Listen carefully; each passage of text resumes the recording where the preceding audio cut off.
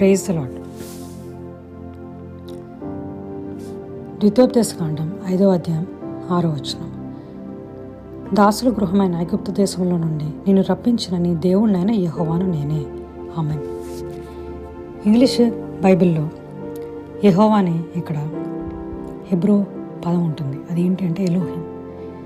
దేవుడు ఎలోహింగా ఉన్నారు. ఎందుకు అంటే ఆయన అన్నిటికీ పైగా ఉన్నారు.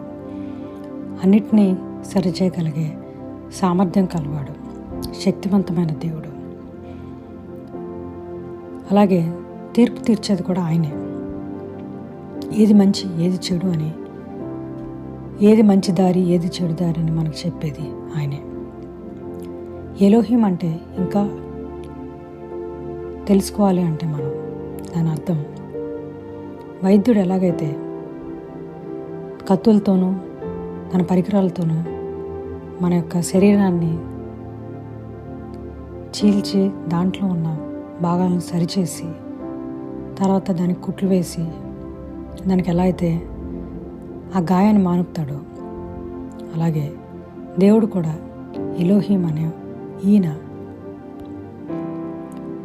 మన అంతరంగంలోకి ఆయన చొరబడి మన జీవితాన్ని, మన మనసుని, మన హృదయాన్ని, మన పరిస్థితుల్ని అన్నిటినీ సరిచేసి కట్టుకట్టి మనకి జీవాన్నిచ్చేది ఈ ఎలోహిం. ఆమేన్.